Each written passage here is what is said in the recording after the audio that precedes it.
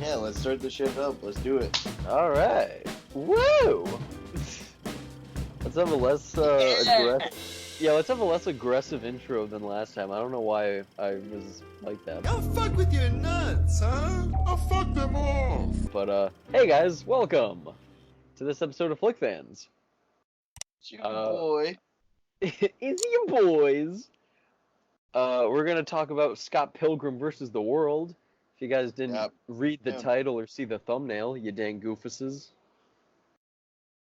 The hell's a goofus? Yeah, goofus is, I guess, a doofus and a goof. It's a goofy doofus. Dude, I'm sorry, guys. Disclaimer: 2.5 hours ago, I had a gin and tonic, and I'm still silly from it. Oh, I'm drunk as shit. Oh, James froze. I'm drunk as shit. We're good. All right, cool, guys. So anyway, you really wanted to talk about this movie, so if you want to kind of start off, I feel like that's kind of fitting. Oh my god, where do I start? So, this is a movie that I had seen as a youngin', Mm-hmm. and just, it was on TV every week or so, and I loved every aspect of it. It was just so funny. There was so much going on. It made it about like arcade, old school video game type shit, and just loved it. They actually made a video game from the movie. I guess it started off as a comic book, then it was the movie, then it was a video game. And that's just a strange transition. I haven't seen stuff like that. Usually it's like comic book, video game, movie, or just like, it starts off as a movie or something, gets popular, then becomes a comic book or whatever. Just very strange order. But Yeah, and if I'm not mistaken, the video game is much more.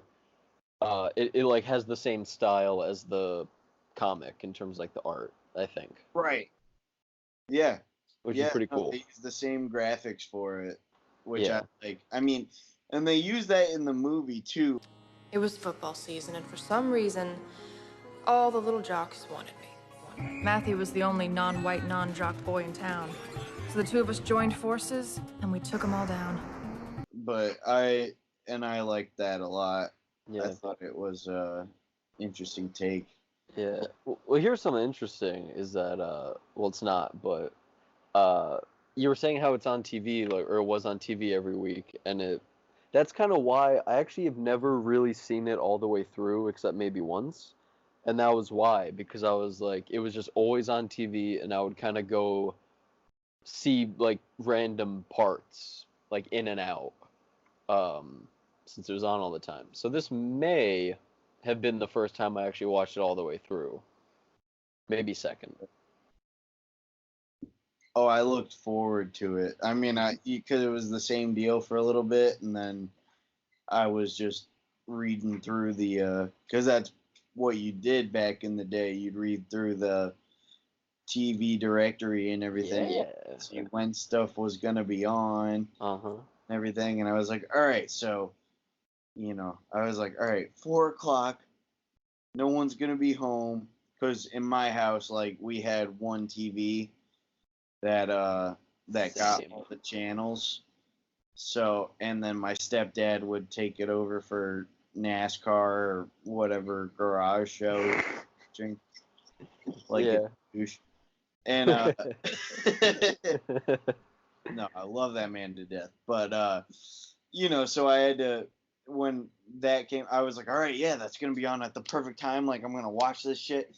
And that happened probably 3 or 4 times because I just love the movie so much. And it's on Netflix now. And as soon as I saw that, I wanted to do, because I saw that it was on Netflix recently, like after we started the podcast. That's why I was like, dude, we got to do Scott Pilgrim versus the World, because love that movie. So funny. It's so funny, and it has so much like style and Yeah, personality where I mean it kind of is just a straight up comedy with some action in it, but the style and the visuals and the kind of personality really gives it like sets it apart where it's really a lot more, I think. right. Yeah. Oh yeah.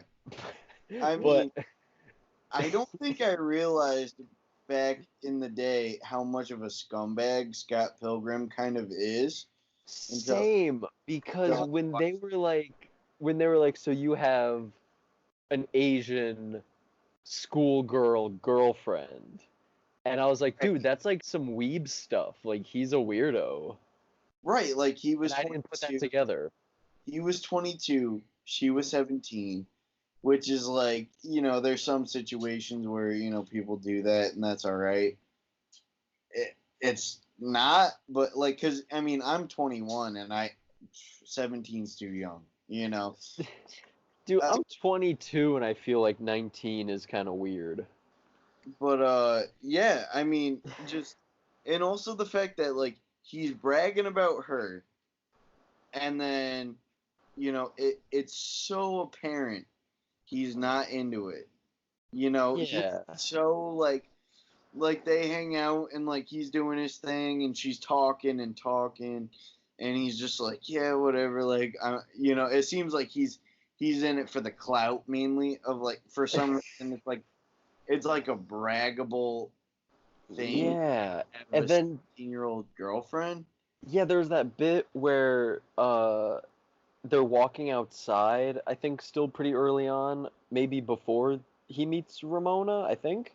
And she's talking about like someone she knows that's in a band and he's like, "Okay, but like talk about me again and like say how good I am." I've never gone out with anyone so talented. Go out with a lot of guys? No. Yeah, so whatever, man. And it's like it's such a dick thing to say, but he says it in his quiet little voice where it's so quirky and innocent, but like he was a dick. That specific part though, I get what you're saying, but that specific part was because she was obsessing over his Oh, ex that right, you're right. was over. You're right, So you're that was kind of like, yeah, let's move on from that because that fucking hurts my heart to talk. right. He was talking with his friends, and That's what then I was about to the bring girl up in the actually, yeah. band was like, "Oh, isn't she whatever?" And then he goes, "Yeah, yeah, yeah." But like, what were you saying about like she's awesome and like how Yeah, this? yeah, she seems awesome. Yeah. And he's like Yeah, on I cloud mean, nine again. no, yeah, he wants that support. Like he's Yeah. obviously a fucking loser. Dude, this thing claims I have mail. It's amazing what we can do with computers these days. Dude, now I'm reading it. Okay, so like let's break this down, right? Character to character, right? Okay. So the drummer in Yeah. his band had like they dated previously and then they had some sort of a nasty breakup and I'm curious because like she's so negative and kind of like unemotional but the second he like realizes his wrongdoings and like truly shows a change she smiles and everything like that. I'm wondering if there was like a before time before them that she was, like happy and had like a personality and Hmm. just all this shit. I mean, like, what are your thoughts on that? Yeah, probably, right? Maybe they do that more in the comic. But I wonder if it was more like because I don't think they really give too much detail about why they broke up or how the breakup went, but it kind of seemed like depending on when they started that band, maybe they were dating with the band and then like she couldn't leave, so she just was like forced to kind of like keep interaction with this guy. And same for him, right? And maybe she just kind of got bitter because he's moving on and dating 17-year-olds and Right. kind of shitty too because he was then talking about like Ramon and she's like, hey, aren't you dating, a 17-year-old, and he goes like, "Oh yeah, right." And then so maybe he did that in the past too with other people, and it just kind of made her like kind of bitter about it. She's like, "Wow, this guy's a dick." Right. I mean, I And got I the and I vibe dated that, him. yeah, I got the vibe that it was more just like the fact that, he's cool and he's nice and all, but he just has like his mind is always on himself. Yeah. He's all, he's kind of selfish. He's like, all right, well, cool. Like, because he totally forgot about knives. Scott! What? You only played one note for that entire song. My hand slipped. Is your girlfriend distracting you? My girlfriend? I'll be quieter. And then someone literally had to be like, hey, you're like with knives, Yeah, that yeah. thing, right? And he's like, oh shit, I'm totally with knives. Well, that's really his arc, right? Is selfish, he learns to kind of not be so selfish, and he realizes, oh yeah, like even though I liked this person, cheating on knives was wrong, and not telling Ramona about knives was wrong. Also, his sister was fucking Anna Kendrick. I totally forgot she was in the movie. Me too. I love Anna Kendrick. Love her too. Yeah, I mean, just so funny. Like, and fucking Aubrey Plaza was in it too. Yes. And I totally forgot about that. May Whitman, I think is her name, the voice of Katara from Avatar. She was in this, which I forgot about. Yeah. I remembered about Chris Evans. I forgot about... That was a curveball for me. Yeah. I remembered Brie Larson being in it. Yeah. I forgot who her boyfriend was. Brandon Ruth? Something like that. I forgot he was in it. But yeah, I was gonna ask you about that too, because like every character, big or small, has so much personality and is very distinct. And I think that really helps. I mean, that helps any movie, right? But I think this really helps because this movie's really fast paced. And I think it's easy to be like, all right, like this nerd is a nerd and that is a nerd. And, like everyone's just quirky and nerdy. But like they all really stuck out. Anna Kendrick was really funny because Scott was the roommate, right? The gay roommate?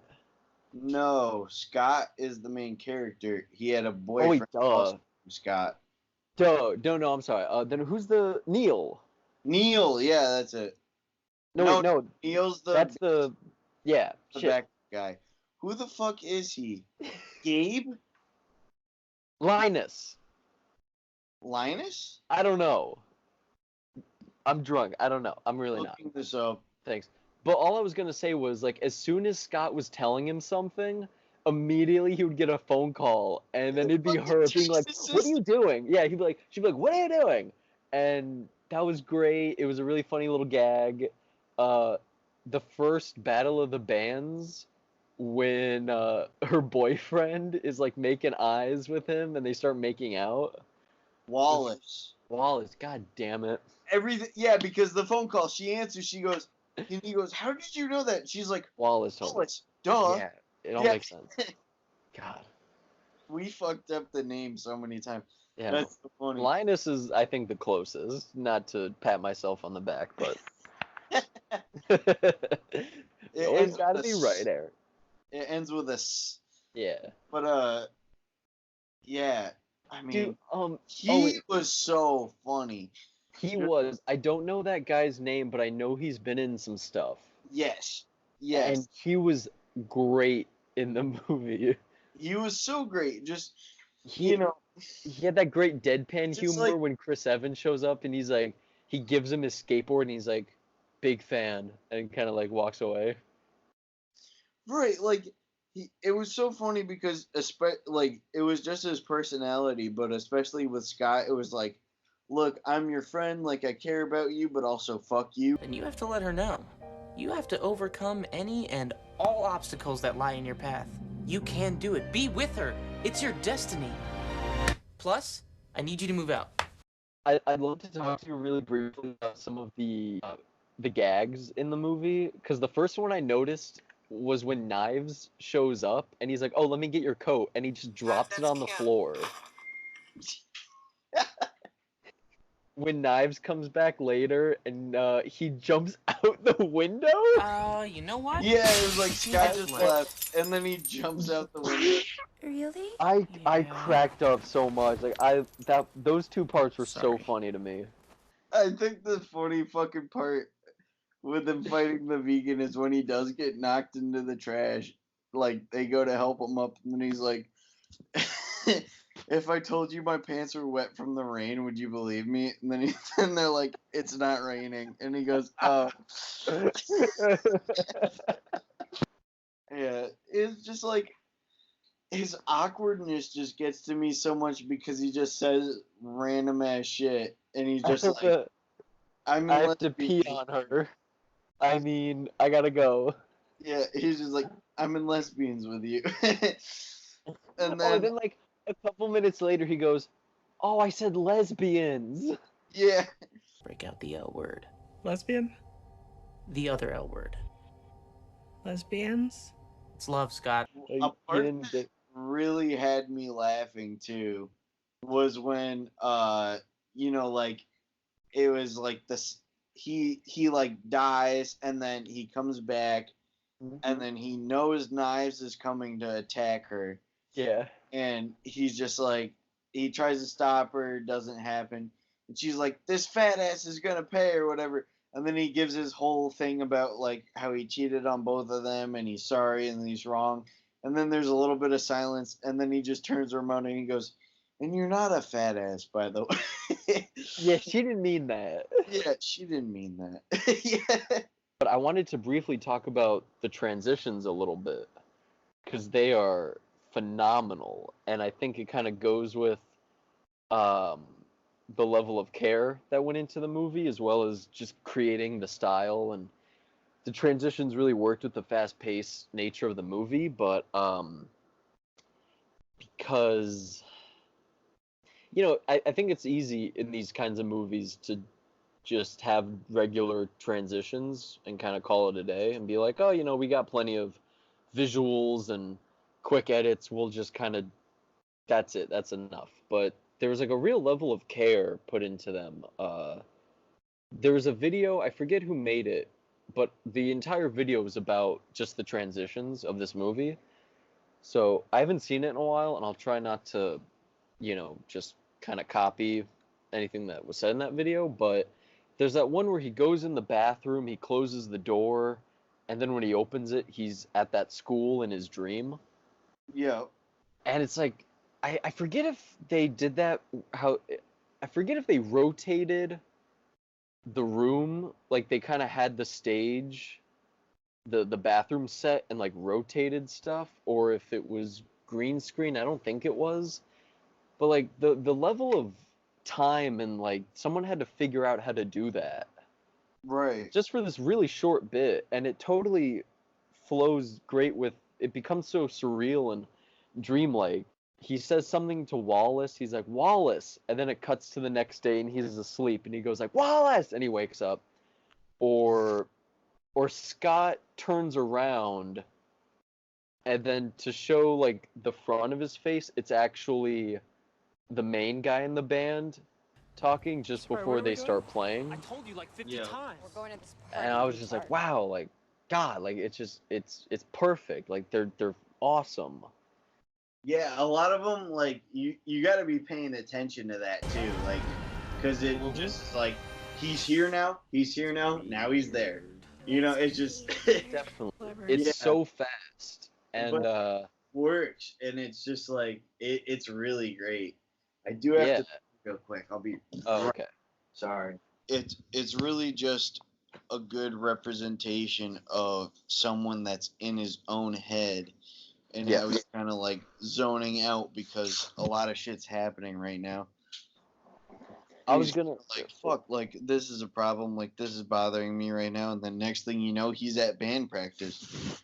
And yeah, I was gonna say that, like, it really helps because, he kind of has his head in the clouds a little bit throughout the movie, and it kind of the transitions really help create this kind of, excuse me,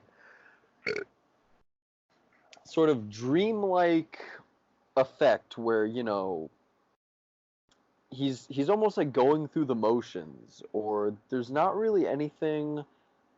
Those transitions I think are really prominent, especially when he's really selfish, because it's like, look, we're just gonna cut right to, you know, me when the next scene happens. Amy Adams is so cool. Do you read her blog? I'm sorry, you were saying about me? I mean, I've never gone out with anyone so talented.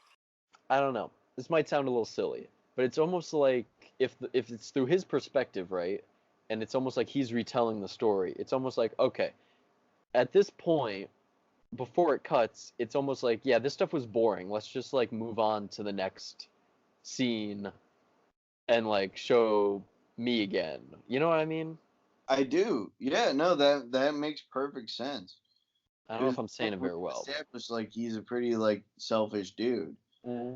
You know, it's just like, oh yeah, all this other stuff happened, but he wasn't paying attention to that, and that's what I find great about the transitions, is because the whole movie is through his eyes and like his mindset and everything. So it kind of shows like he wasn't even paying attention to that shit. And oh man, let's talk about this Gideon motherfucker, the G-Man, all that guy, the Silicon Valley, you know, fucking Big Bang Theory ass bitch. Yeah, dude, the Jason Schwartzman, great casting again. A very great casting. Yeah. But, like, before we go on to him, as a little side note, I think it's funny because this movie kind of is, but also makes fun of like the kind of punk rock, quirky, sort of like parts of a movie. But all of the actors, or most of them, have been in these kind of quirky teen coming of age nerdy movies like Aubrey Plaza, him, Michael Cera, Mae Whitman, probably Ramona. I kind of forget her full. I forget her full name because I think she was in Teen High. Exactly that. But she's also in Birds of Prey, which is coming out, which should be awesome. She's the Huntress. Wow. Oh, and Anna Kendrick. She can kind of fall into that category of, you know, like, oh, the quirky teen movie. So I think it's really funny how they're all in it. Yeah. Yeah. So I'm sorry. That's all I want to say before we go into him. No, that's a solid point. I just, no, that was great casting for that character. He did a great job because the whole point was like this was supposed to be a dude that was like why the fuck is he the one that like puts the spell on her?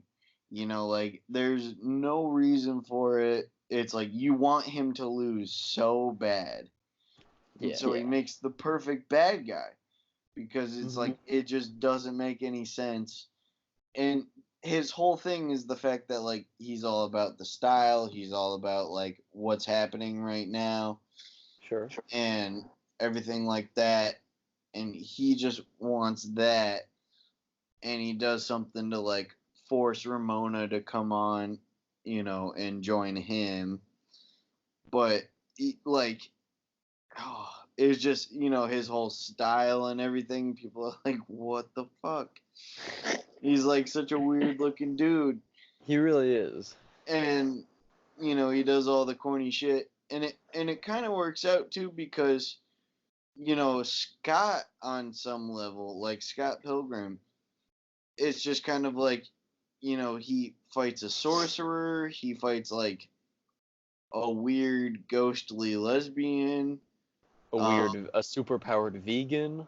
Superpowered. Dude, Todd's vegan. Fucking Chris Evans, and then like, you know, Japanese twins.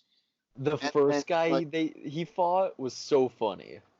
Yeah, that's the sorcerer. That's Adam Patel or whatever. I thought there was like more than one sorcerer. I don't know.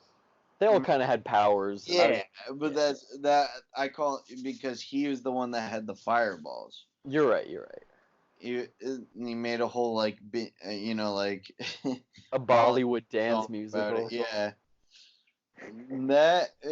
And then like Scott surprises you because it's like he's this weird dorky looking dude, but like he can scrap, like he can throw down. I was surprised how in the first fight, like he really holds his own and stuff. And I'm like, oh, I kind of thought it would be like, he kind of gets beat up and he somehow manages to beat the first guy. Then there's probably like, I don't know, a training thing or something. But it's just like, no, right off the bat, he can block, he can punch, he can do flips or whatever. Yeah. And I feel like in a movie similar to this, they would have to explain that. But in this, it's so fast paced. And I think by that point, you already kind of understand the world you're in. So it's like, no, he can just do that. He plays the fighting Dance Dance Revolution game. I don't know, like that's enough you need. That's all that you really need to kind of assume that's how he can do this stuff. Right. I mean, he just does all the shit that he needs to do. I mean, one thing that really did make sense was, like the guy who played Chris Evans. It's like he had his whole team. Like he was a super strong, badass dude that like, was really winning the fight. And then he just like, he played into his ego, and that's what killed him because he's like, look, there's girls watching, like I bet you can't fucking ollie off this rail or whatever, and he does it and then dies. I love how he even says like, you're not gonna get me like by this trick, and then he does it anyway. Yeah, literally all he has to say is there's girls watching. Yeah, then he's like, fine. Because he knows he can't do it, but just does anyway because he doesn't want to look like a bitch in front of the bitches. She's like totally awesome. She has all these powers where like she can like rollerblade through his dream world and like all this other stuff like that. Yeah. But, like this dude who just like owns a dope nightclub has her like wrapped around his finger. Like what? I thought sense than anything. Yeah, I thought because it's been so long since I've seen this. I know I've seen the ending, at least the final fight scene, but I thought it was like, oh, she is with him because he's the last guy and maybe he's like too powerful and he would like kill Scott or something. So I thought it was almost a way of her being like protecting him kind of a thing. Yeah. That's interesting. Yeah. As it was happening, I was like, oh, maybe that's why. Because at first she's like, it's just him, and then like walks away. Also, did you notice when she first is on the rollerblades, like not in a dream, there's snow on the ground, and when she slides past it, it immediately melts and turns to slush? Yeah. Yeah. What? She makes her own path. Damn, dude. Fucking mind. You did. That's a visual metaphor if I've ever seen. She makes her own path. Yeah. And that's as every woman should, guys. Let's not forget. Nah. James is the path to the kitchen. Yeah. You slut. Yeah. We can decide that for them. We have penises. But Oh, wait, can I say one thing, though, that I did not like about this movie, and it literally is just one thing? Of course. When he says, or when one of the bandmates is like, what are you doing? And he grabs the life, and he goes, getting a life. To me, everything about this movie was slightly sarcastic, or kind of funny, or deadpan, except for that, where it's like, that it was so cringy to me, because it was actually good acting of him, like, he meant that. He was like, I'm getting a life, and, like, and he takes it. I'm like, what the like, that's a trailer moment, but to me, it was just very stupid and lame. I thought it played into the whole stupidity of the movie, where they just kind of, like, say shit, like, because he just does little shit like that, where he's, there's, like, letters on the refrigerator, and then he's like, This sad, sucks. Really just sucks, while though? he's What? like, this sucks, and he's like Everything. putting it together, and it says sucks. Yeah. But No, I get that. I don't know. To me, like, that was still kind of fun, but to me, that line and the way it was delivered, it was like very serious, and I'm like, it's so goofy though. Like, it didn't come off as very funny. It came off as like them trying to be serious for a sec. right, Movie that is pretty your not problem serious. was like how it was delivered, not the fact that they put that kind of thing in there. Yeah. And yeah. I get that. Because what my rebuttal was gonna be was just the fact that like he came back to life, Mm-hmm. and that's how it made sense that like he had like the one up thing. He got that, then he got killed. Oh and no, he it came back makes to life. sense, but Yeah, no, the line delivery. I agree with that. that's I all agree I mean. with It's that just the line 100%. was kind of silly. But it totally makes sense. I love when he gets smashed through the wall. His bandmates are like, "Okay, well, we'll see you later after your thing," like as if he has a previous engagement he has to go to. They're just like, "All right, we'll Right. meet up later." Everyone in his life is a total sack of shit, which is kind of like, it's like, oh yeah, Scott's kind of shitty and everything, but it's like, dude, the people that like are in his life, total assholes. His sister What did you do with is my like sister? a gossiping bitch. His roommate like cares about him but like hates him at the same time. Then steals his sister's boyfriend. Right after that, like Mr. Wallace, Steal Man, dude. like Wallace is a douchebag. But it's dude, like all the little stuff in that movie just gets me go like There's a lot of little like bits. There's a lot of small details that really make the movie. it really does. Like, Gideon's on the phone with him and he's like trying to sound all swaggy and sly and he's like, I don't know, Ramona, are you with me? And then he's like, yeah, she's with me. And then you hear him scream and he's like, whoa, like relax, man. And he's just like, no, it's fine. I just spilled hot cocoa on my garage. Dare I say it, James? The small differences, I mean, small details make a big difference. They really do. Can't talk, but you knew what I was saying. You figured it out. Yeah, they make all the difference. Mhm. Like Movies it need 'em. like that's the shit that like those are the most memorable things for me are like the one-liners and Yeah. everything like that. Other than that, it's just like, an interesting movie, but Oh yeah, definitely. No, like this is a very interesting idea, but then with the comedy and with all those small details, with the cool transitions and the really great style, it right, just it kind of all makes checks it all the come together. boxes. I was worried before the rewatch that it was going to be more of a nostalgia thing because Mhm. just I remember like being excited to go home from school because I knew that movie was going to be on and everything. But yeah, no, great movie. So funny. What's your recommendation?